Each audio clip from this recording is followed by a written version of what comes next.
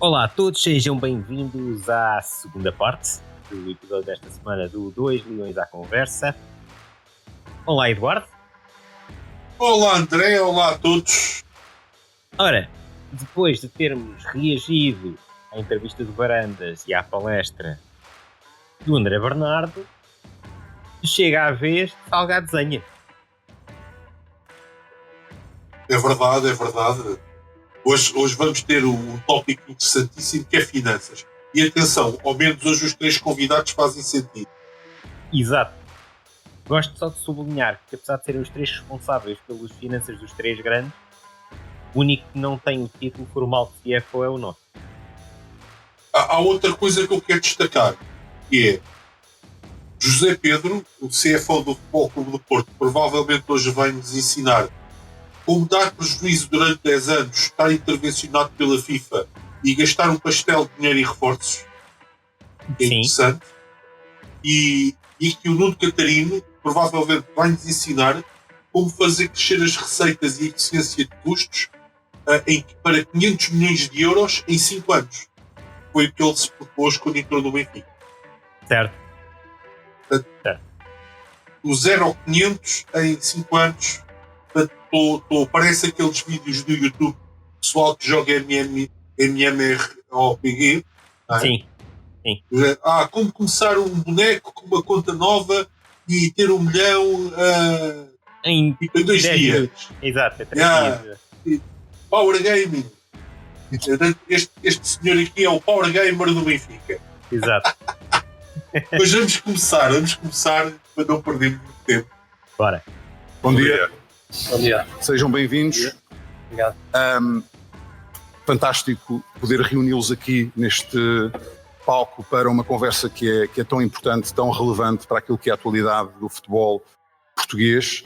E seria justo dizer que a palavra sustentável é chave hoje em dia no futebol. Durante muitos anos, talvez no passado não o foi, mas hoje em dia... Um negócio que vende das receitas extraordinárias. Exato. E vive literalmente receitas extraordinárias da venda de jogadores. Comprar barato ou formar e vender caro. Sustentável, muito sustentável, de facto. Existe uma responsabilidade acrescida de todos os clubes de serem sustentáveis e de conseguirem equilibrar aquilo que é um investimento financeiro necessário para ser competitivos, enquanto tomando essas decisões de uma forma responsável e credível. Para ajudar... Diz-me, por favor, que não estás super curioso como é que o gajo do Porto vai responder a isto. Epá, credível. Mas bora, vamos ver. Para lançar aqui esta conversa, gostaria de pedir a cada um de vós uma opinião relativamente àquilo que se vive hoje em dia no futebol português, relativamente ao progresso que foi feito nas estruturas dos vossos respectivos clubes para garantir uma maior sustentabilidade e talvez qual é o maior desafio neste aspecto. Por favor. A primeira coisa, ele já está a utilizar a palavra favorita destes três clubes, que é estrutura. Ninguém sabe o que é realmente. Ninguém sabe bem o que é, mas é aquilo, é a estrutura. É estrutura. Estrutura. Podemos começar consigo. Obrigado, Pedro. Bom, relativamente ao Futebol Clube do Porto e atendendo a que na intervenção anterior tivemos o Presidente André Vilas Boas exatamente a endereçar um bocadinho os caminhos difíceis que esta nova administração teve quando tomou posse, eu vou passar um bocadinho essa fase. Apenas... Começamos logo com o papel do passado. Nunca ouvi isto em clube nenhum, não é? Não, nunca, jamais. Pós-Vale Azevedo, pós-Vale Azevedo, pós Bruno Carvalho e agora pós-Pinto da Costa. Fantasma do passado. Deixaram isto de rastros, pá. Chipa. Fantástico.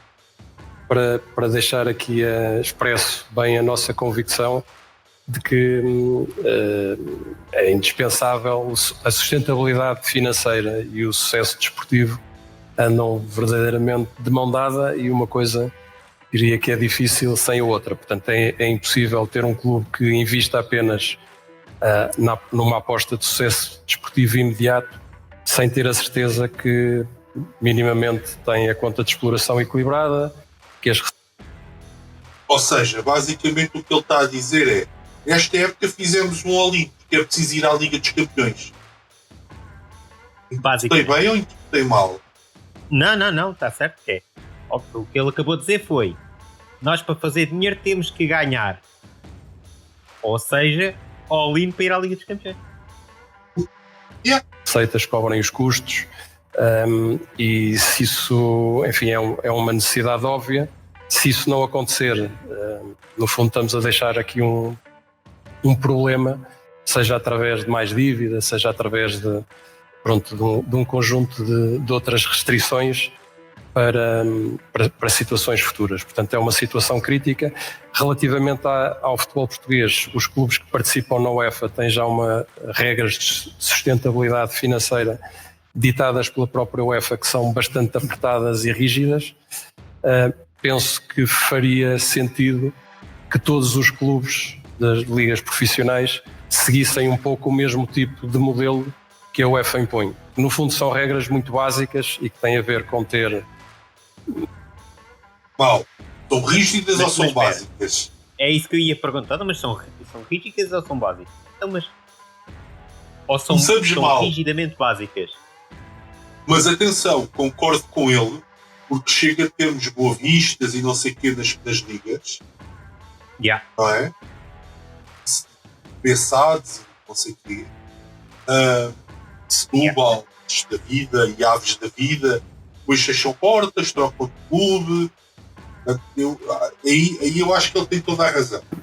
Contas em dia, em termos de pagamentos aos principais stakeholders em dia, estamos a falar em salários de jogadores, impostos, segurança social, pagamentos a outros clubes, ter a conta de exploração equilibrada, portanto ter as receitas ajustadas aos custos e Portanto, que é basicamente tudo que o Futebol Clube do Porto não tem, como se sabe. Exato. Pá, está bem que eles chegaram agora, entre aspas, não é? É a Certo. primeira época que eu acho que eles estão a fazer completa. Mas, tipo, há alguma ironia aqui de dizer isto. no fundo Certo. depois também Mas ter a teoria está certa. em termos do custo da Tipo, as palavras levam-os o vento, Exato. não é?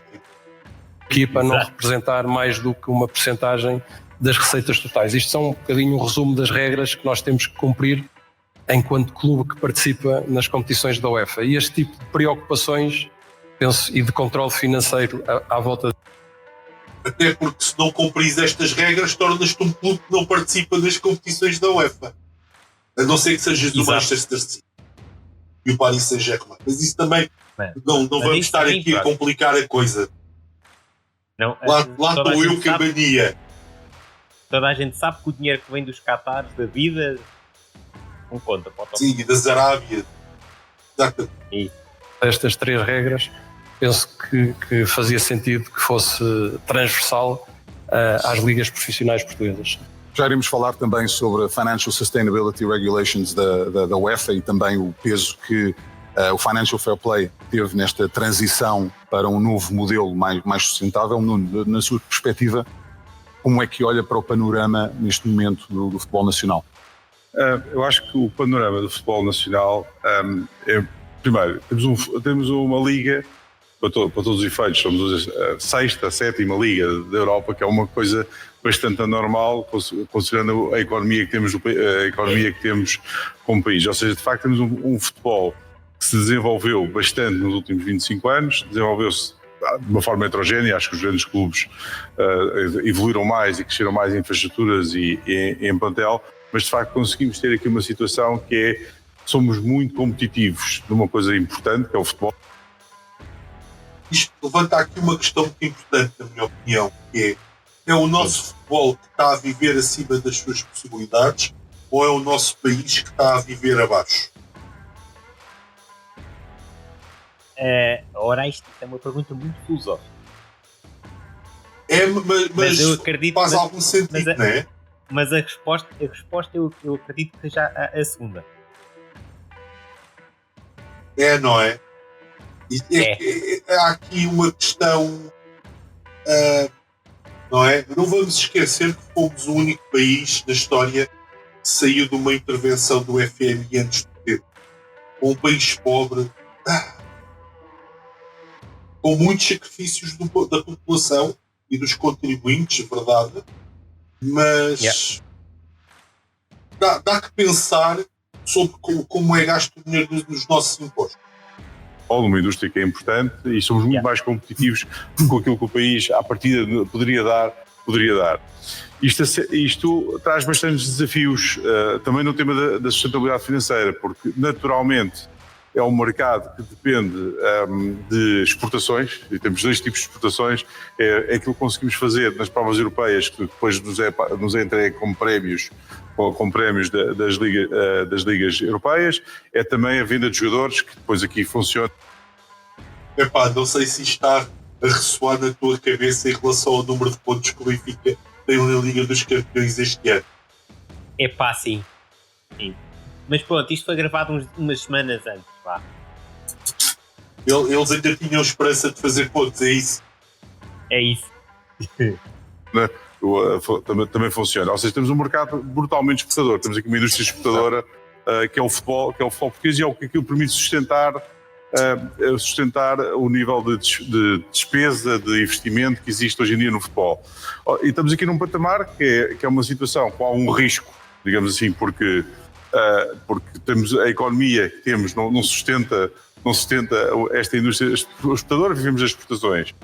E isto talvez seja a coisa mais importante para a sustentabilidade do futebol português, é como é que a gente se consegue manter no 6º lugar, no 7º lugar, temos aqui, ou como é que voltamos ao 6º lugar, neste momento estamos no 7º, como é que começamos a próxima época. Eu acho que isto é como é que nós conseguimos criar, para além dos três grandes clubes, ou dos 4 grandes clubes, agora não estou, como é que a gente consegue criar aqui um grupo de 5, 6 equipas que são competitivas e que a gente, por exemplo, não passamos sistematicamente uma Conference League sem equipas portuguesas, que tem acontecido muitas vezes. Como é que a gente consegue, de facto, fazer essa competitividade?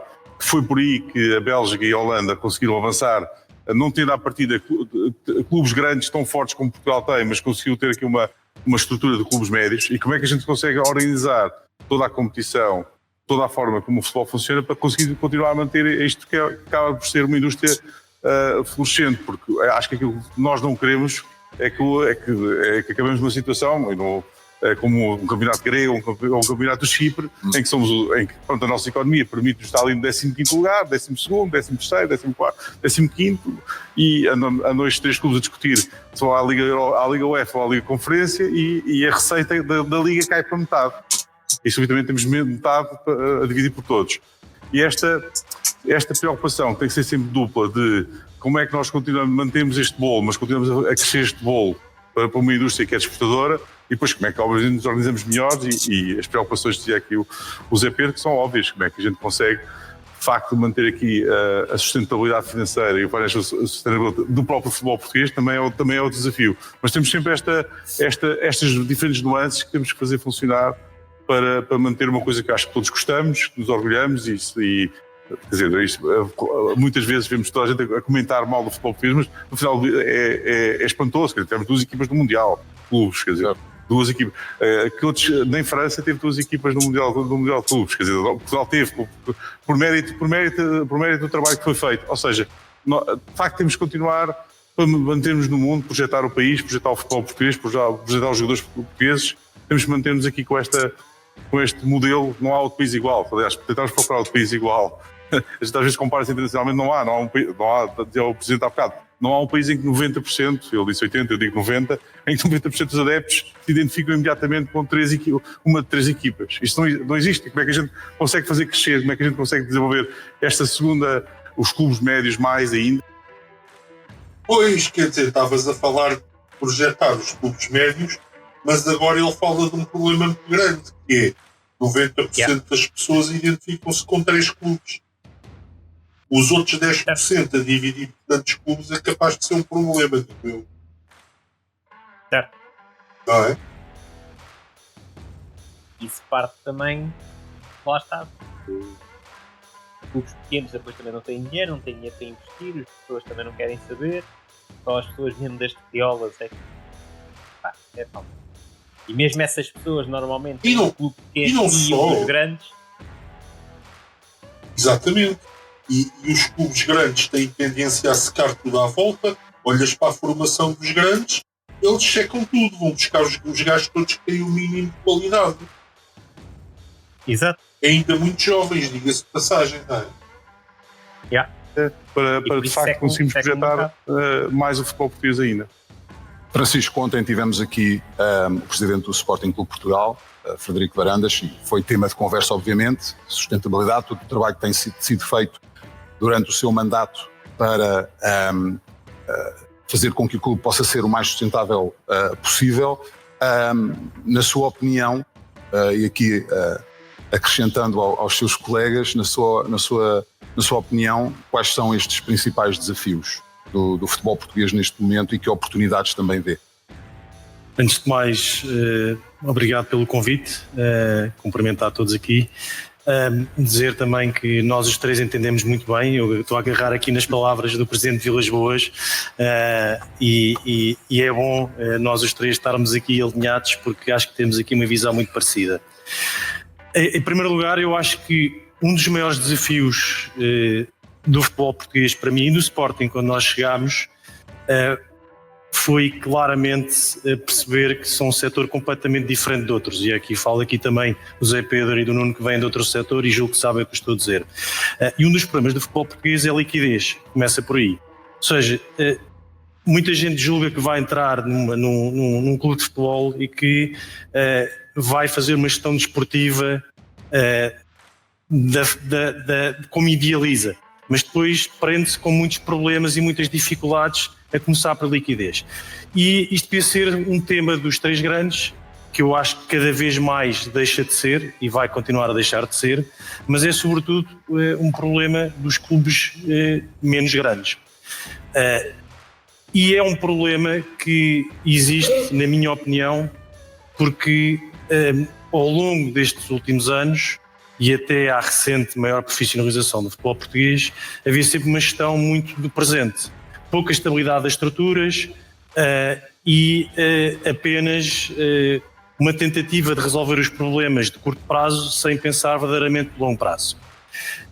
E o que nós estamos a ver nos últimos anos é uma inversão na Europa e, julgo eu, também no futebol português, e acho que aqui os três grandes, e posso pôr o Sporting Braga também aí, já estão a fazer o seu caminho para ir para o passo seguinte, que é deixar de ter uma gestão exclusivamente focada na tesouraria, mas olhar uma perspectiva mais de longo prazo e ter uma estratégia que vai para além daquilo que é a gestão do presente da equipa de futebol e da competitividade desportiva apenas no campo e para a época presente. E é isso que nós estamos todos a tentar fazer. E aqui, agarrando nas palavras do Nuno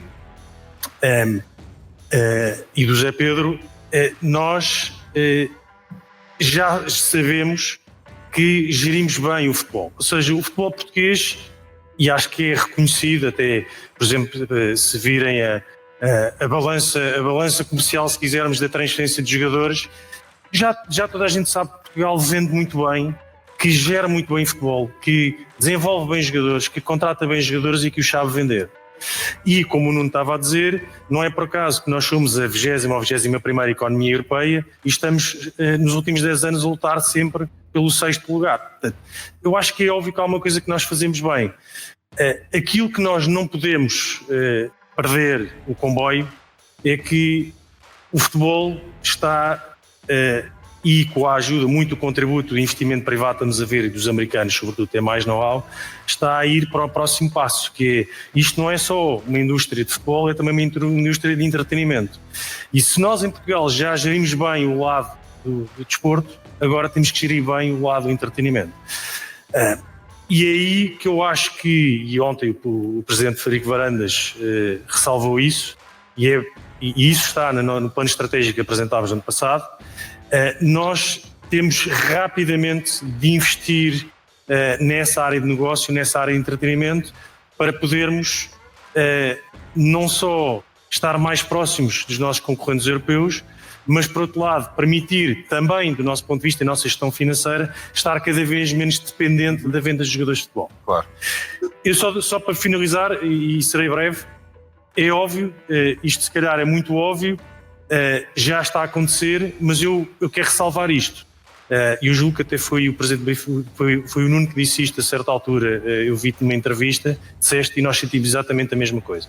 Se forem ver aquilo que aconteceu neste mercado de verão, foi muito difícil contratar. Ou seja, nós somos um caso claro, ou seja, nós tivemos a resistir para vender e tivemos dificuldade em contratar, e julgo que os outros clubes também sentiram isso.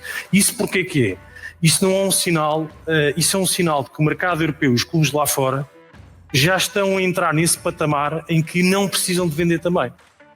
E como não precisam de vender, a contratação de jogadores vai se tornar cada vez mais difícil. Porquê? Porque a situação dos balanços, da situação financeira dos clubes europeus está cada vez mais robusta. E ou nós caminhamos, nós em Portugal, para essa robustez na linha do que estão os outros clubes europeus, ou nós vamos ter mais dificuldade em acompanhar os nossos concorrentes lá fora. E como estava a dizer o Nuno, nós não queremos jogar na Conference League, nós queremos continuar a jogar na Champions League. E para isso, e para fazermos isso, temos que pensar no longo prazo. Temos que pensar na centralização de direitos e fazê-la de forma eficiente. Temos que pensar, quando fizermos a centralização de direitos, e aqui eu tenho que o dizer, e julgo que temos os três de acordo, sim, solidariedade, mas cuidado, porque se nós baixarmos todos o nível, e se os três grandes baixarem o nível, nós não vamos ganhar pontos nas competições europeias, nós não vamos lá estar, e nós estaremos na Conference League, e se calhar os mais pequenos na Conference League estarão. Portanto, nós... Ao menos o Salgado Desenha veio dar aqui um banho de realidade a isto. Exato.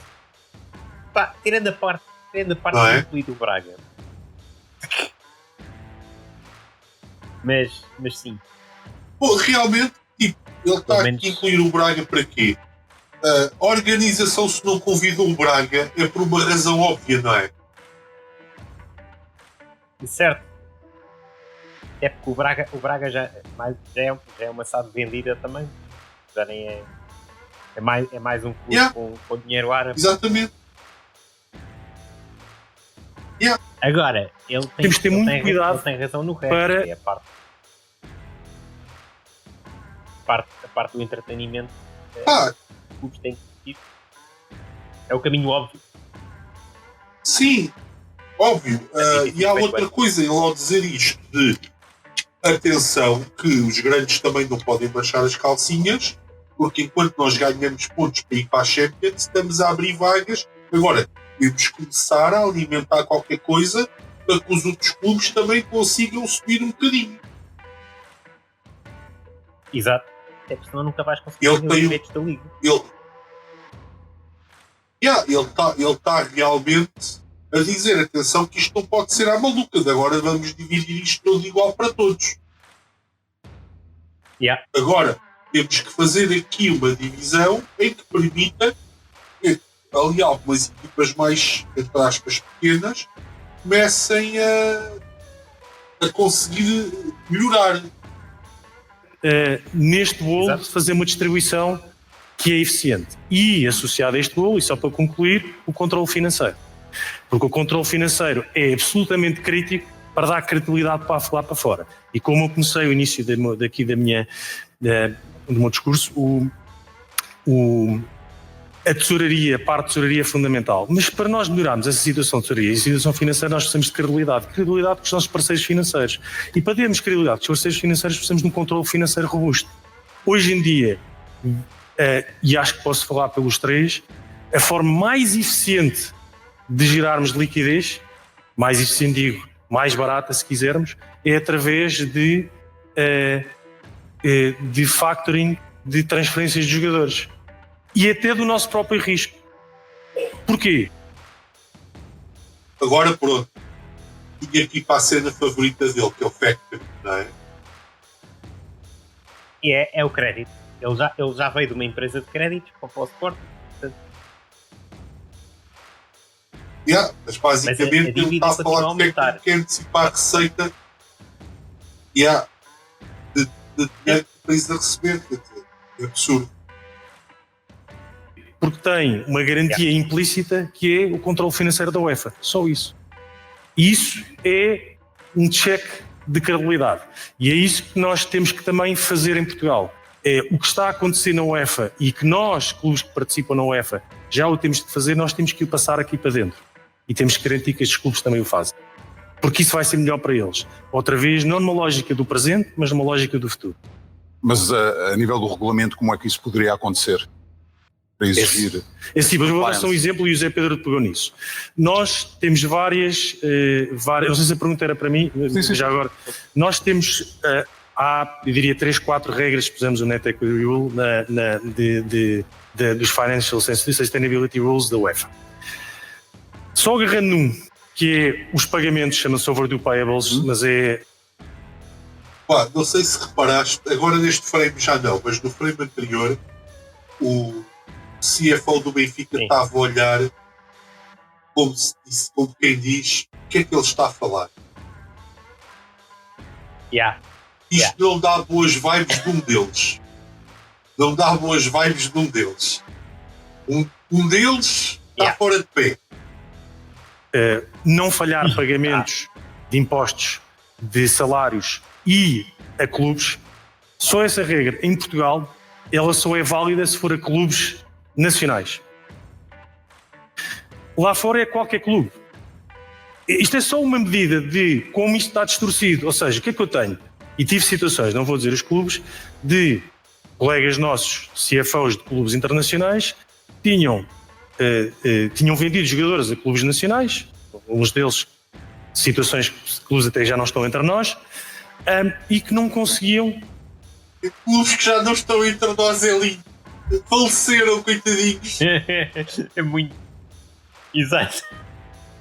Muito bom. Ele até foi ao velório de alguns deles, percebes? Exato. Clubes que já não estão entre nós. Vista. É a grande palavra, é a grande expressão desta entrevista, de certeza. Não sei se alguém vai conseguir manter isto. Fazer a cobrança.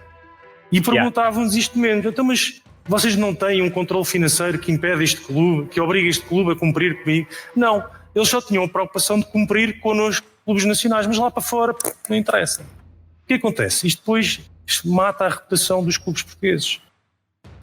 E porque nós não temos um controle. Isto é verdade. Isto é uma grande verdade. É verdade. Não é? Porque depois os clubes lá fora vão dizer, eu não vou negociar com aqueles gajos. Pois. Repara como o gajo do Porto está cabisbaixo, não sei porquê. Exato. Financeiro que é robusto aqui em Portugal. E portanto, nós sim da UEFA estão em Portugal. E isso tem que acontecer e tem que virar rapidamente. Imagino que concorde, Nuno, obviamente, quando se fala de Portugal, e temos abordado aqui o tema neste palco, nos últimos dias fala-se no desenvolvimento de talento, na qualidade do jogador português, e não só, treinadores também, mas falando no que diz respeito a jogadores, é muito importante as vossas respectivas academias conseguirem formar jogadores que depois garantem um encaixe financeiro que permita o equilíbrio das contas época a época, ano a ano. Mas é igualmente importante encontrar novas fontes de rendimento e novas receitas. Sim. Para o Benfica, por exemplo, que trabalho é feito para não se depender exclusivamente daquilo que pode ser o próximo Bernardo Silva, ou o próximo Ruben Dias, ou o próximo Gonçalo Ramos? Sim, começando assim, nós somos um clube de futebol. De facto, desenvolver talento tem que estar no nosso DNA, e se há coisa que no Benfica nos orgulhamos é quando olhamos para as 5 maiores ligas, que não estamos a falar de Portugal, a academia que mais produziu jogadores para essas 5 maiores ligas foi a Academia do Seixal, que é uma coisa espantosa. Há muitos jogadores que não teriam a qualidade para jogar no Benfica, e a maioria deles, não é? Mas de facto somos uma universidade que produz jogadores para o mundo, e isso é o nosso core. Mas é como diz, quer dizer, como é que a gente faz, o desafio tem que ser como é que a gente vai criar esta receita, e também aqui o Francisco também tocou nesse ponto, e o José Pedro também concordará, e por isso é que nós desenvolvemos no último ano aquilo que nós chamamos o plano de chegar aos 500 milhões de receita consolidada para o Benfica, que nos poderia proporcionar entre o 10º e o 20º clube da Europa em termos de receita. Hoje estamos entre o 20º e o 30º. Ou seja, como é que nós damos aqui um salto de 10 lugares da receita? O que isto faz? E também pegando aqui numa coisa que também já disse o Francisco, isto é investimentos no estádio. Eu ainda há pouco estive a fazer um levantamento dos últimos 4 ou 5 anos. O Benfica, só aqui para ficar a informação, investimos 50 milhões de euros nos últimos 5 anos no estádio. Coisas que as pessoas não reparam, entre painéis publicitários, novo sistema de som, mais 3 mil lugares, mil lugares sentados, mais uma série de renovações. De facto, há um investimento permanente para melhorar aquilo que é a experiência do adepto. E achamos que podemos fazer muito mais. E de facto, quando... O que eles não dizem é que a reboque de tudo isto tem preços mais caros. Exato. Lá está, aumentar a receita com o entretenimento. Certo, mas se tu repara uma coisa, se Portugal, por exemplo, mergulha novamente numa crise, tudo isto torna-se um balão de oxigênio que rebenta. Sim. A não ser que comeces a vender o espaço ou alugar o espaço para outros tipos de entretenimento que não só o futebol. E verdade seja dita, tens muitas salas de espetáculo neste país que são utilizadas massivamente e às vezes nem sequer se sabe que salas é que estão disponíveis porque estão todas cheias. Mas concertos em estádio, por exemplo, ou outros eventos em estádio, é uma coisa comum lá fora, aqui tens muito pouco. Quem diz estádios, diz também o pavilhão João Rocha. Quando foi construído com uma cena adaptável para também receber este tipo de eventos que nunca recebeu. E aqui estou a falar do nosso. Certo. Né? Um bocado por aí. Yeah. Tem que se investir na parte de promover isso. Certo. Não é. Sim. Mais que eu. Vamos lá fora, aprendemos, há muita coisa que podemos fazer melhor e também somos aqui os primeiros a reconhecer e está há muitas oportunidades. Nós só este ano estamos a crescer nas vendas online de merchandising, estamos a crescer, aumentamos também as vendas físicas, apesar de não tanto como online. Ou seja, há aqui muito potencial para crescer receita e isto tem que ser o nosso mantra para nós próprios dependemos menos daquela linha de receitas, que é uma linha de receitas, que é a venda de jogadores. E esse tem que ser o desafio. Porquê? Porque há uma coisa que desiluda-se quem achar o contrário. Os jogadores vão ser sistematicamente mais caros no futuro. Isto é um produto premium. Nós olhamos para outras indústrias de entretenimento e olhando aqui, por exemplo, para os Estados Unidos, em média, estamos a falar de indústrias que têm uma inflação de 9% ao ano, em folhas, ou seja, o verdadeiro talento está a ficar cada vez mais caro. Isso vai continuar a acontecer. Não, acho que achamos que vamos poupar de uma forma global. Obviamente temos que ser mais eficientes em muita coisa, mas isto é um negócio que vai precisar de mais investimento no futuro. Nós jogamos contra... Aliás, no plano dos 500 milhões, a primeira coisa que a gente tem de dizer, está bem, daqui a 5 anos os outros clubes também vão crescer. Nós já temos que crescer muito mais rápido do que os outros clubes. E é este o desafio que temos aqui para o futebol português. Como é que a gente fizemos um grande salto de modernização nos últimos 20, 30, 10 anos, há vários saltos de modernização, e qual é o próximo salto quântico que vamos dar no futebol, que eu acho que isto é que tem que ser o desafio, pelo menos é a forma como vemos o Benfica, estou seguro também nos outros clubes, como é que a gente dá um novo salto quântico na forma como estamos organizados. A internacionalização dos clubes, obviamente que é... Só para explicar, não sei se estás de acordo, a expressão salto quântico é um bocadinho infeliz. Quântico seria atravessar as barreiras sem... Não é? Exato. Não era bem isto que ele queria dizer. Salto exponencial. Componente-chave. Os clubes nos últimos anos, a nível digital também, têm desenvolvido vários programas, seja de personalização dos adeptos, parcerias tecnológicas também que permitem estar mais próximos dos adeptos. O presidente André Vilas Boas falou no facto de ser importante a internacionalização também do Futebol Clube do Porto, falou em novas fontes de rendimento também relativamente a possíveis novos torneios ou novos jogos. Quando olha para aquilo que é possível fazer e possível fazer a curto prazo, quais são as prioridades do Futebol Clube do Porto? Por acaso aqui o Porto tem um desafio maior que os outros, na minha opinião. O Porto sempre se identificou muito como um clube regional, não é? Como é que eles dão um salto para a internacionalização é complexo. E isso está diretamente associado o Benfica e o Sporting. À identificação. Sim. Eles é que muito tempo meteram esse rótulo neles, não é? Certo. É isso mesmo. Eles é que, no fundo, a vamos lá cidade ver do Porto essas. Pois. São áreas de crescimento importante, portanto pensamos que é possível fazer mais e melhor no sentido de monetizar melhor o nome do Futebol Clube do Porto fora de Portugal, e a nossa presença no Mundial de Clubes deu uma primeira amostra do potencial que isso traz, porque tivemos um crescimento incrível em termos de redes sociais, de número de seguidores, etc. Portanto, isto para dar um exemplo concreto de algo em que podemos fazer melhor e monetizar melhor essa área. De todas as formas, as áreas, chamemos-lhe core, continuam a ser as mais relevantes na gestão de um clube de futebol. E aqui, sem querer repetir muito aquilo que foram as intervenções dos meus colegas com as quais eu também estou bastante alinhado, mas diria que o clube de futebol tem aqui 4 grandes áreas em termos de geração de receitas. Se olharmos para aquilo que é a estrutura atual, temos as chamadas receitas da UEFA, as direitos televisivos, as receitas comerciais, ou que incluem o entretenimento, onde se pode incluir aqui a bilhética, o corporate hospitality, etc. E as receitas de vendas de jogadores. Aquilo que o Nuno referiu, as tais exportações, seriam as receitas UEFA e vendas de jogadores. E se olharmos para a nossa estrutura de receitas, nós hoje estamos muito dependentes, quer das receitas da UEFA, quer dos direitos televisivos, quer das vendas de jogadores.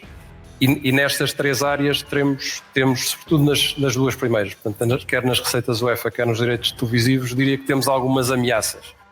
Portanto, desde logo nas receitas UEFA temos a ameaça de não conseguir manter o nosso ranking na UEFA, ou não conseguirmos saltar ao 6º lugar, e isso é um ponto que é fundamental. Eu, das minhas contas, estimo que a diferença para o futebol português entre ter 3 equipas na Champions ou 2 sejam 50 milhões de euros naquilo que são as receitas totais do futebol português. Portanto, de acordo com o último relatório da UEFA publicado este ano, o futebol português gera receitas na ordem dos 600 milhões de euros. Desses 600 milhões, 32% vêm de receitas da UEFA. E essas contas foram feitas com o exercício 23-24, em que tínhamos 3 equipas na Champions. Deixar de ter 3 equipas na Champions, passar para 2, significa descer 10% quase as receitas totais do futebol português. Portanto, é um ponto fundamental esta ambição de voltarmos ao 6º lugar, voltarmos a ter 3 equipas, e aqui uma chamada de ordem. Não é um desafio fácil. Portanto, se nós neste momento somos o 7º, neste momento, de acordo com o ranking atual, estamos a 3 pontos da Holanda, que está no 6º, estamos com 3 pontos de vantagem sobre a Bélgica, que é o 8º.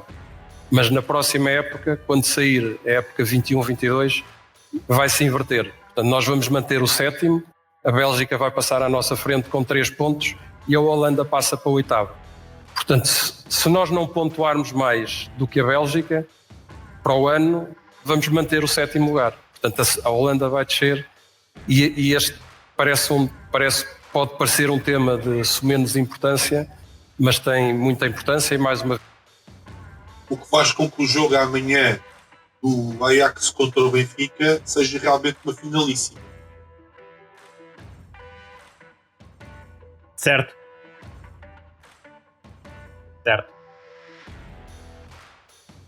Vamos ver se mantém os 0. Para conseguirmos essa posição no ranking, é fundamental aquilo que é as pontuações dos clubes principais, que aqui estão, mas também da segunda linha de clubes, e naturalmente Sporting de Braga, que tem uma contribuição já relevante, mas de outros clubes que também possam participar nestas competições de forma com mais sucesso do que tem sido o caso até agora. Nós, em 5 edições da Liga Conferência, só uma vez é que apuramos equipas para a Liga Conferência. Exatamente. Na questão dos direitos televisivos, também coloco aqui uma ameaça importante. O mercado, hoje em dia, é um mercado que é diferente do que era em 2015-16, quando a maior parte dos clubes assinaram contratos individuais de direitos televisivos.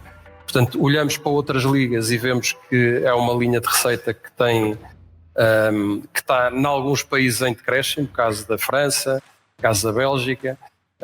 Em Portugal temos com este processo de centralização, as perspectivas são positivas, o Futebol Clube do Porto está a participar na Liga de Centralização e a procurar de forma construtiva maximizar o valor da Liga, e o nosso Presidente na intervenção que fez, referiu que, por exemplo, a reformulação de quadros competitivos pode ajudar a valorizar o produto e os direitos televisivos, que é um ponto importante, mas depois a própria redistribuição desses valores também tem que ter em conta aquilo que já foi dito, que é, no fundo, a manutenção da capacidade competitiva das equipas que contribuem para o ranking da UEFA e para as tais receitas da UEFA, que representam, volto a referir, 32% das receitas à data de hoje do futebol português. Portanto, podemos apostar em iniciativas de internacionalização, em trazer mais gente aos estádios. Portanto, toda essa componente pode ser melhor trabalhada, mas se temos uma componente que vale 32% e que começa a decrescer, ou se temos uma componente que vale 20 e tal %, que são os direitos televisivos, e decresce para os clubes principais, temos uma situação muito difícil de gerir. Temos falado aqui. Bem de realidade número 2. Exato. Basicamente o que ele está a dizer para mim é: até podes pôr lá o Cirque de Soleil a dar pulinhos dentro do estádio, mas não vai haver dinheiro como o da UEFA e dos direitos televisivos. É mais. E muito de receitas. Não queria deixar de terminar esta conversa, temos apenas 3 minutos, portanto se calhar 1 minuto para cada, se acharem justo, falarem um bocadinho daquilo que é a responsabilidade dos custos, porque, como foi dito aqui neste palco também, o custo dos jogadores continua a crescer, a aumentar, e é, imagino eu, muito difícil internamente e depois na comunicação que é feita aos sócios que querem sempre mais e mais, certo? No investimento do clube também, portanto, nos custos salariais, nos custos de investimento, nos custos diários daquilo que é a operação desportiva, quão importante é ter essa responsabilidade, e a mensagem que vocês passam internamente, se calhar podem passar externamente para: tudo bem, nós queremos ganhar, queremos ser competitivos, mas os custos não podem aumentar, não podem suplantar este nível, ou esta linha vermelha. Começamos consigo, José Pedro, depois passamos. Sim, para nós esse é um ponto fundamental. Aliás, foi visível nas nossas contas publicadas este ano. Nós reduzimos 30 milhões de euros os nossos custos da época 23-24 para a época 24-25. Portanto, houve aqui um esforço enorme de todas as equipas dentro do Futebol Clube do Porto de fazer mais com menos recursos, e é sempre possível. E saliento também já que me dá a oportunidade de falar nisso, que os clubes portugueses também têm alguns pontos, nós chamamos de custos de contexto, que lutam de forma desigual com os nossos concorrentes europeus, e destaco na questão da fiscalidade. Nós, dos salários dos jogadores que pagamos, mais de 50% do nosso custo vai para impostos e segurança social, e aqui não me refiro a termos sistemas de IRS mais baixos para jogadores de futebol, refiro-me apenas a alinhar-nos com a média. Portanto, só alinhar-nos com a média significa uma poupança de custos relevante. Nós somos o país da Europa com a taxa de IRS mais alta. Temos a questão do IVA, do preço do IVA dos bilhetes de futebol, também temos a taxa mais alta da Europa, e temos os seguros de acidentes de trabalho, que é uma componente importante dos nossos custos, também os mais altos da Europa, como percentagem. Isto fruto de questões de contexto local, seja de legislação laboral, seja de fiscalidade, que para além das dificuldades com que nos temos que debater no dia-a-dia, impõe este tipo de custos adicionais, no fundo. Bem, também, se os seguros de acidentes de trabalho fossem como o seguro automóvel, havia aí uns jogadores dos 3 grandes, batiam os prémios todos. Certo. A começar por um certo jogador chamado Saint Just. Não, também há outros nos outros clubes, pá, não é só o Saint Just. E há mais no Também. Também. Quer dizer, não vou. Eu acho que podia repetir quase tudo o que o Zé Pedro disse, exatamente, mas só aqui pegando aqui no tema dos seguros. Quer dizer, nós temos uma legislação, nós nem conseguimos explicar aos nossos colegas como é que isto funciona. É assim, nós chegamos à situação de qualquer dia vamos ter jogadores que vêm cá, em final de carreira, só à procura de uma pensão, porque nós temos um sistema para proteger um operador de fábrica, está a proteger um jogador de salário de jogador de futebol. É que vamos chegar a esta situação e já temos alguma evidência quase de situações deste género. Ou seja, nós temos de pugnar por ter um contexto que é o outro. Espera aí, quem? Isto é uma Exato. acusação relativamente grave. Quem é que vem em fim de carreira para cá para ter uma reforma dourada do Estado? Olá. Para o negócio onde estamos, sendo que é um negócio, temos uma concorrência internacional e temos que nos adequar o máximo possível àquilo que são as regras internacionais e como é que funcionam nos outros mercados. E não andarmos aqui um bocadinho desviados com, por um lado, com o IRS mais alto, mas isso até pode ser um bocadinho mais difícil de resolver, mas há outros que nem há razão. Nós estamos simplesmente a tornar a vida mais difícil para os clubes, para as seguradoras, para toda a gente, sem benefício óbvio de ninguém. E isso, de facto, temos que trabalhar como indústria e já é um tema também não é novo, por isso temos que, de facto, evoluir para melhorá-lo. Dou-lhe a última palavra, Francisco. Eu vou repetir, acho que tem que ser repetido. Nós, de facto, a carga fiscal é brutal. Nós sentimos isso na concorrência com os outros mercados. Não é por acaso que vêem mercados, até falar da Turquia, que um dia pode nos apanhar, compra jogadores como o Osimhen e paga salários brutais, porque na verdade comprávamos dois agora. Salários que a gente não compete. É um tema de carga fiscal. Mas eu, além disso, eu ia dar um caso específico e até está relacionado com o Benfica, que foi o caso na altura do Di Maria, que teve acesso ao regime, ao programa Regressar. E é um caso, claro, e aqui eu acho que nós temos mesmo que falar para fora, nós que estamos neste setor. Parece que o futebol é um setor que faz mal a alguém, e quando não faz é o contrário, é um setor de diversão. As pessoas falam muito de que mas o Sport e o Benfica pagaram centenas de milhões em jogadores, mas quanto é que paga uma indústria de calçado? Quantos milhões é que paga, bem sucedida, quantos milhões é que paga para comprar a matéria-prima? Também tem que comprar a matéria-prima, não é? Esta é a nossa matéria-prima. E isso não significa que os clubes sejam ricos. Nós somos vendedores líquidos. E isto é verdade também para o tema dos custos, para o tema da carga fiscal e para a forma como se trata o futebol. E aqui eu tenho que o dizer, o caso do Di Maria, acabou-se com o programa, pôs um limite ao programa Regressar, muito, por causa do caso do Di Maria, porque agora nós estamos a alimentar jogadores de futebol para regressar. Mas colou mal. O jogador de futebol, mais do que qualquer outra profissão, é verdade, tira benefício, pode tirar partido disso, mas está cá 365 dias por ano, praticamente. Tem os filhos na escola, tem uma casa, está a consumir aqui, não vem aqui, depois vai-se embora, vem só aqui ter a residência. Portanto, é isso que nós queremos e não vemos mal que isso também seja feito para o futebol. E o que nós vemos sempre é que cada vez que há algum incentivo fiscal que é genérico e que também afeta positivamente o futebol, arranja-se de alguma forma para retirar o futebol dessa equação. E eu acho que isso, aí tenho que dizer, acho que é altamente injusto. Acho que se está a desconsiderar um setor que é o setor dos setores mais bem-sucedidos em Portugal. Nós somos, como estávamos aqui a falar, somos número 7 da Europa e eu deixo o desafio, qual é que é o 7º setor aqui na Europa em termos de coisas. Nós trazemos essa visibilidade, exportamos jogadores como o Cristiano Ronaldo, que é hoje o número 1 em termos de visualizações nas redes sociais. Ou seja, nós somos uma marca. Pronto. E aqui eu tenho que dizer, e acho que aqui é importante de ver isso, quando somos bem-sucedidos e ganhamos os campeonatos da Europa, etc., toda a gente quer aparecer ali ao lado dos jogadores e valorizar isso. Mas depois, quando é para tomar medidas de incentivo e de apoio ao futebol, vemos muito poucas.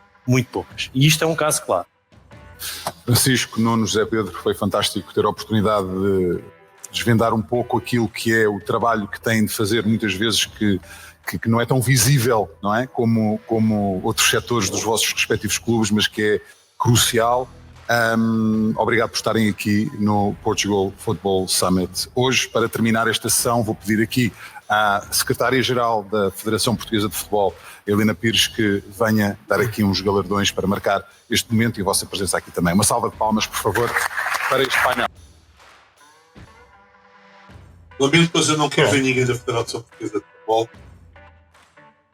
porque eles não quiseram atacar a Federação Portuguesa de Futebol.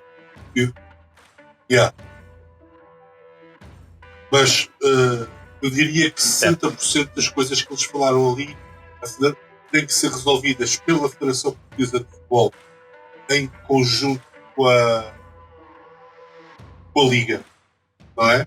Quem é que pode falar com o Governo? A Federação Portuguesa de Futebol tem a senda de utilidade pública, não é? Principalmente esta questão dos impostos e tudo mais. Isto tem que ser alguém, tem que ser uma instituição com o peso da Federação.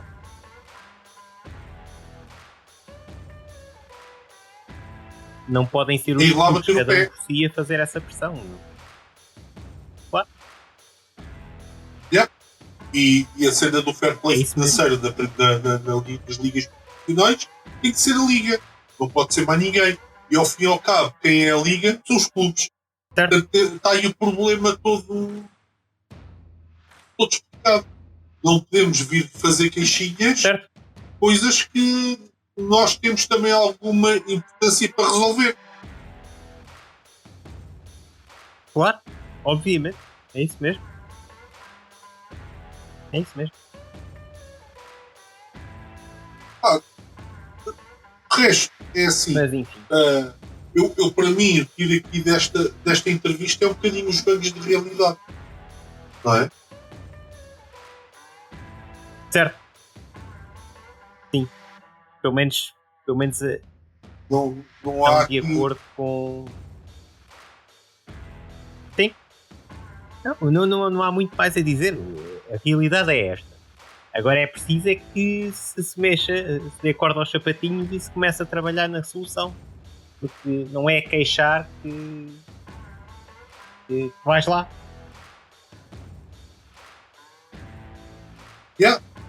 Há que tomar medidas para fazer com que os clubes, entre aspas, de segundo plano do futebol português, comecem a destacar-se na Europa. Nomeadamente na Liga Europa, na Conference League. Então vamos ter que tomar medidas. Não, e até para outra coisa.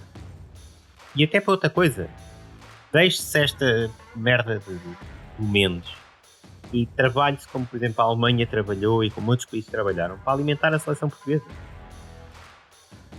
E isso faz-se em conjunto com os clubes todos da Liga.